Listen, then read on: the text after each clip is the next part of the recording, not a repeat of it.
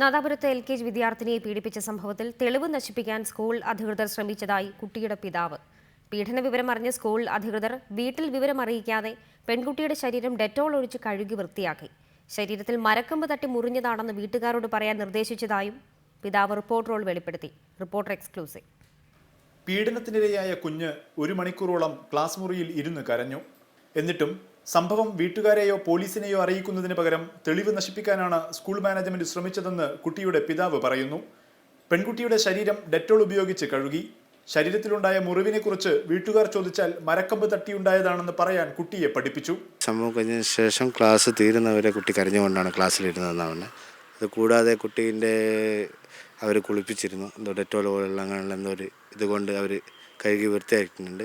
അതിനുശേഷം ഡ്രസ്സ് അടക്കം അവരാണ് ചെയ്തു കൊടുത്തത് എന്നാണ് കുട്ടി പറഞ്ഞത്. സ്കൂൾ അധികൃതർ തന്നെ കമ്പിൻ്റെ മേലെ ഇരുന്ന് പോയതാ അങ്ങനെയാണെന്നൊക്കെ പറഞ്ഞ് കുട്ടിയെ പഠിപ്പിച്ചു. കുഞ്ഞിന് ശക്തമായ പനിയും ശരീരവേദനയും ഉണ്ടായതിനെ തുടർന്ന് ഡോക്ടറെ കാണിച്ചപ്പോഴാണ് ലൈംഗിക പീഡനം നടന്നുവെന്ന് വ്യക്തമാകുന്നത്.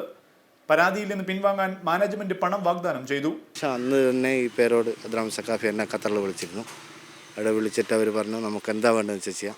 ആ ഒരു രീതിയിൽ സാമ്പത്തിക രീതിയായിട്ടാണ് നമുക്കത് തോന്നിയത്. അപ്പോൾ തന്നെ നമ്മളതിനെ എതിർത്തു. ഞാൻ നിയമ നടപടിയായിട്ട് മുമ്പോട്ട് പോകും.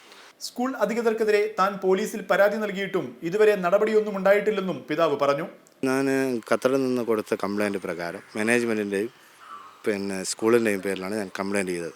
അതിൻ്റെ പേരിൽ യാതൊരു നടപടി ഇതുവരെ ഉണ്ടായിട്ടില്ല. ഗുരുതരമായ കുറ്റകൃത്യമാണ് നടന്നതെന്ന് അറിഞ്ഞിട്ടും പ്രതികളെ നിയമത്തിന് മുമ്പിൽ കൊണ്ടുവരുന്നതിന് പകരം തെളിവുകൾ നശിപ്പിക്കാനാണ് സ്കൂൾ അധികൃതർ ശ്രമിച്ചത്. കുറ്റവാളികൾക്കൊപ്പം നിന്ന സ്കൂൾ അധികൃതർക്കെതിരെ കേസെടുക്കാൻ പോലീസ് ഇതുവരെ തയ്യാറായിട്ടുമില്ല. ക്യാമറമാൻ പ്രവീൺ മാധവിനൊപ്പം KM ഷഹീദ്, റിപ്പോർട്ടർ, കോഴിക്കോട്.